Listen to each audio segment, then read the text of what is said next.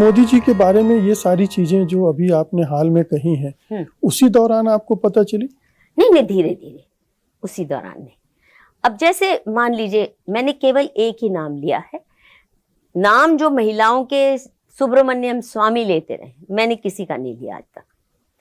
स्मृति ईरानी का जो उन्होंने कहा ना, स्मृति ईरानी एंड ऐसे कहा, तो मैंने कहा कौन सी बड़ी बात। अच्छा, वो हल्का फुल्का सा ट्वीट था, मैं सोच भी नहीं सकती थी, मेरे सपने में भी नहीं आ सकता था, क्योंकि 11 साल से मैं कई इश्यूज पर मोदी को लताड़ चुकी थी पब्लिकली। वीडियोस मेरे हैं मोदी के अक्षम्य अपराध, 2-2 घंटे की वीडियोस हैं, एक नहीं। मधु जी, आप इतनी सीनियर मोदी से मोह भंग क्यों? जर्नलिस्ट हैं, मानुषी की संपादक रही हैं। मैं प्रोफेसर हूँ भाई। प्रोफेसर भी हैं आप? प्रोफेसर हैं ही नहीं, अब रिटायर्ड जी। तो लेकिन ये जो कोण है सेक्स वाला, ये बहुत ज्यादा सेंसिटिव मामला होता है। ये तो सुब्रमण्यम स्वामी का क्या सेंसिटिव है? क्या सेंसिटिव है? खुलेआम सबको पता है ये बात है, मैंने नहीं खोली। सुब्रमण्यम स्वामी बार बार कहता रहा है, और आए दिन आप कह रही थी इंडस्ट्रियल स्केल पर। हाँ, वो मैं कह रही हूँ, अब कह रही हूँ, पक्का कह रही हूँ, पहले मैंने कभी नहीं बोला था। कुछ आधार आपके पास होने चाहिए। तो लीजिए, मुझे ये बताइए, सुब्रमण्यम स्वामी आए दिन कहता है, लार टपकाते हुए जर्नलिस्ट उसके पास माइक लेके पहुंच जाते हैं वो सुनने के लिए, उसके ऊपर तो कभी केस नहीं हुआ। यही समझना चाहते हैं कि उनके पास ऊपर भी नहीं हुआ और आपके ऊपर भी नहीं हुआ। नहीं, आप समझ नहीं रहे हैं बात को। मेरे ऊपर कई केस कर चुके हैं। नहीं, इस मामले की बात, इस मामले पर इसलिए नहीं हुआ क्योंकि अगर करेंगे तो गंद और निकलेगा, बहुत निकलेगा, बहुत निकलेगा।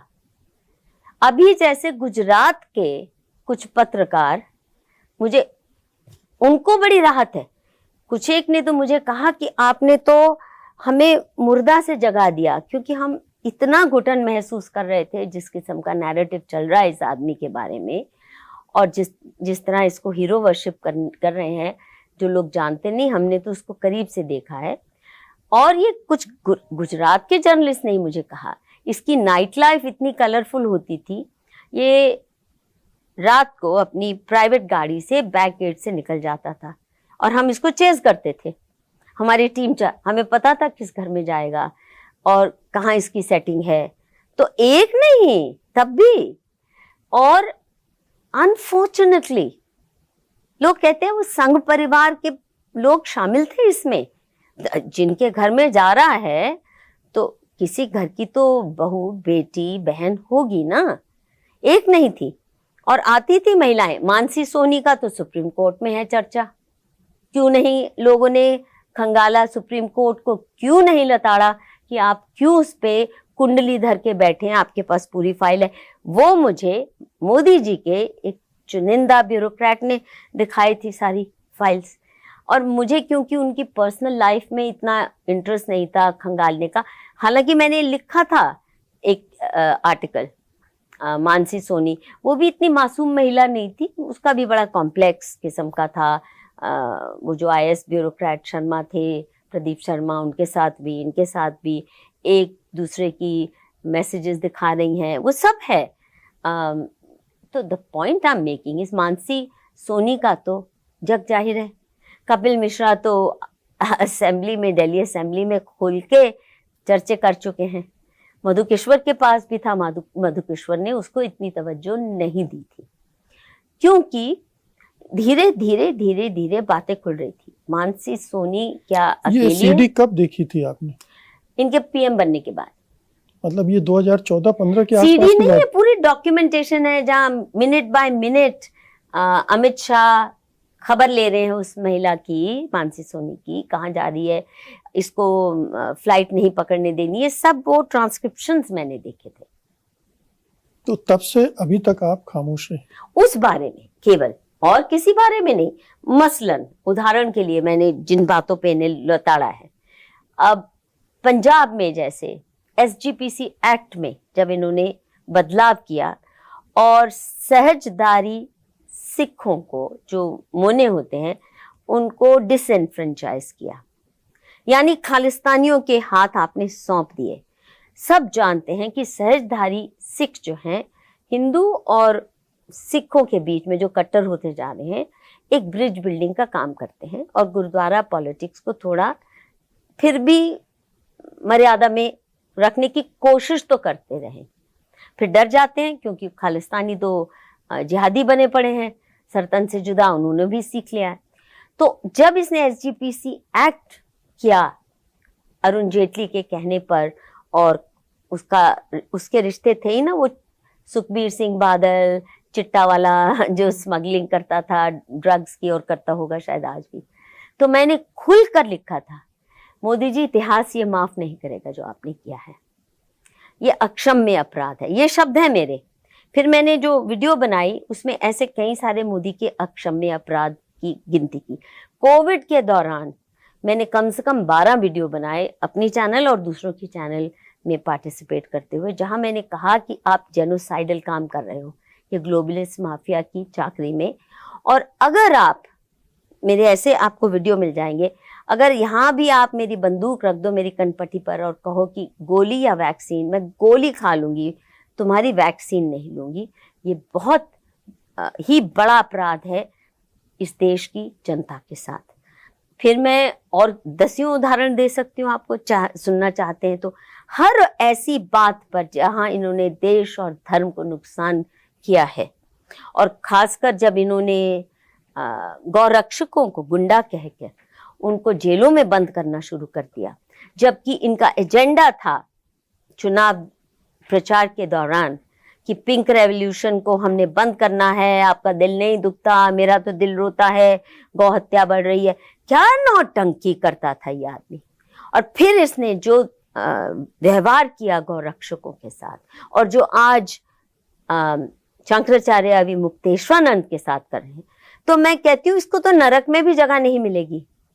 गौ हत्या इतना बड़ा अपराध हिंदू धर्म में माना जाता है, तो ये जैसे रावण आया था साधु के भेष में, वो कम से कम फिर भी तपस्वी था, शिव भक्त था, ज्ञानी था। ये तो भेड़िया है in the clothing of sheep, यानी भेड़ की खाल पहन के भेड़िया आया हिंदू समाज को खाने को। और कोई मेरी इसलिए नहीं बात सुनता रहा क्योंकि एक तो शैडो बैन थी, एक इन्होंने, आपने देखा होगा, ये आप भी चेक कर सकते हैं, मोदी के आने से पहले मैं हर हफ्ते कम से कम 5-6 बार टीवी में होती थी किसी न किसी डिबेट में। कभी इसलिए नहीं कि मैं कहती थी मुझे बुलाओ, बुलाते थे लोग और मैं जाती भी थी। ऐसा कैसे हुआ कि मोदी के आने के बाद एकदम ब्लैकआउट? मुझे कैसे ब्लैकलिस्ट करवाया इन्होंने?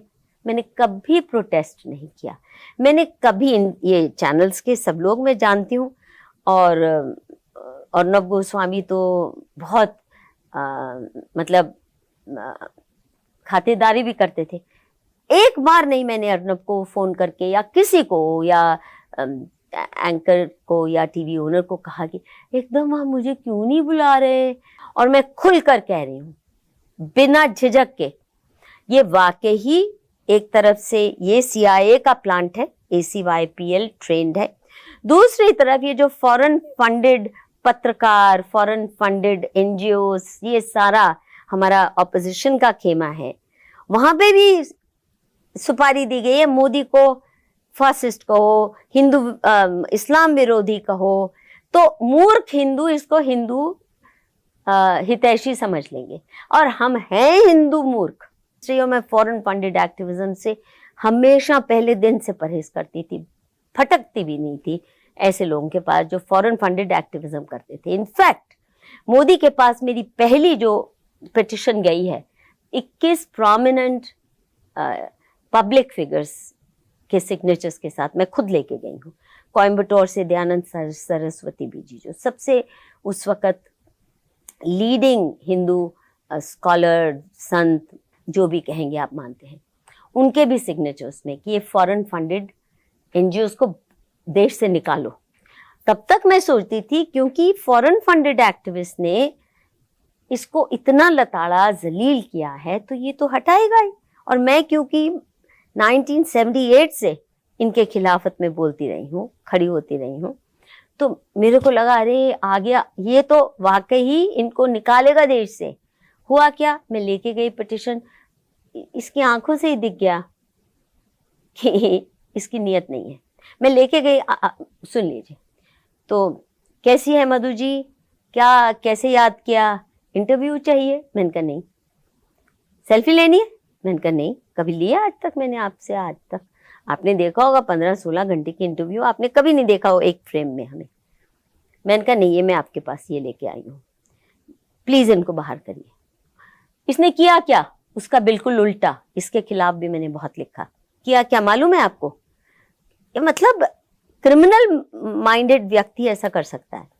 जो FCRA था मोदी के आने से पहले तक, उसमें कुछ अच्छे प्रावधान थे जो यूपीए काल में कार्यान्वित पूरी तरह ना भी हो पर कम से कम लिखित में थे। नंबर 1, FCRA के जो रेसिपिएंट्स हैं वो पॉलिटिकल पार्टी का काम नहीं कर सकते, वो चुनावी प्रचार या चुनावी राजनीति जो मेन स्ट्रीम पॉलिटिक्स उसमें नहीं कर सकते।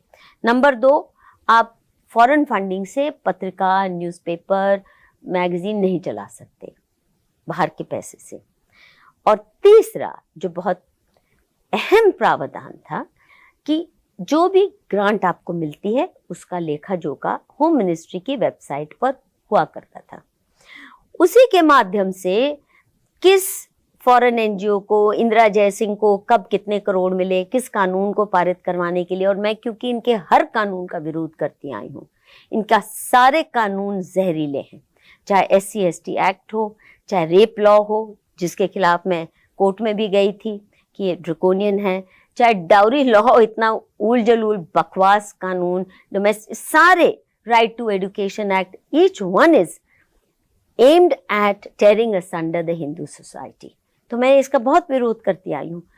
तो अब हम जब इनके पास पिटिशन लेके पहुंचते हैं तो मोदी जी दिख गया कि इनको बात पसंद नहीं आई, पर फिर भी पोलाइटली जो भी है, मैं बाहर आके कुछ भी संघ के लोगों से कंप्लेन करने लगी कि आप तो बड़े राष्ट्रभक्त बनते हैं तो फॉरेन फंडेड एनजीओ को क्यों नहीं निकलवाते। मैं मोदी जी के पास गई तो मुझे पता है क्या संघ के 2-3 लोगों ने कहा, मधु जी आप भी ना कैसे कैसी बातें करने लगती हैं, संघ भी तो लेता है ना फोर्ट फाउंडेशन का पैसा, उसमें क्या बुराई है, हमारे काम के लिए कोई भी दे। मैं दंग रह गई, मैं तो मूर्ख हूँ, मुझे नहीं पता था। अब आगे चलिए। कांग्रेस काल का FCRA ये 3 रुकावटें डालता था लेने वालों पर। इसी के माध्यम से हमें पता चलता था कौन सा कानून किस एनजीओ ने या किस ग्रुप ऑफ एनजीओ ने कितने पैसे लेके पारित करवाने का मुहिम चलाया। इन्होंने सबसे पहले अमेंडमेंट किया, क्या अब डेटा पब्लिश नहीं होगा, और इसीलिए PMO में कितना विदेशी पैसा आ रहा है, जब इसके लिए भी RTI डाली गई तो मोदी जी कहते हैं ये तो out of the purview of RTI, because ये तो मेरा फंड है, तुम्हारे बाप का है। आप सोचिए, नहीं बताया आज तक, है ना, कितने करोड़ या कितने बिलियंस क्या आया कुछ पता नहीं। बाकी भी सारे एनजीओस के बंद कर दिए डेटा पब्लिश करना। तीसरा, पॉलिटिकल पार्टीज भी अब ले सकती हैं, और रिट्रोस्पेक्टिव इफेक्ट से अब क्या था इसमें, कांग्रेस भी फंसी हुई थी क्योंकि इस कानून के बावजूद कांग्रेस ने भी इसकी वायोलेशन में कुछ पैसा ले लिया था, तो उनकी भी सूली अटकी हुई थी, गर्दन सूली में अटकी हुई थी। तो बड़ी खुशी से उन्होंने पारित करवा दिया अमेंडमेंट की पॉलिटिकल पार्टीज भी ले सकती है। जाहिर है सबसे ज्यादा पैसा तो भाजपा को और मोदी को और PM केयर फंड में ही आना है।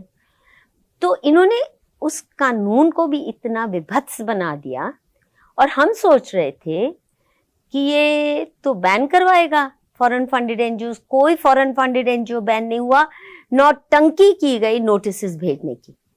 नोटिस के बाद कौन से एनजीओ बंद हुए, जो हिसाब देते ही नहीं थे, कितना ले रहा है, भी खत्म हो गई, खत्म। और भाजपा और RSS ने पूरी फैक्ट्री चालू कर दी नौटंकीबाज एनजीओस की, ताकि इनके कार्यकर्ता भी उस हमाम में नंगे होके नहा सके।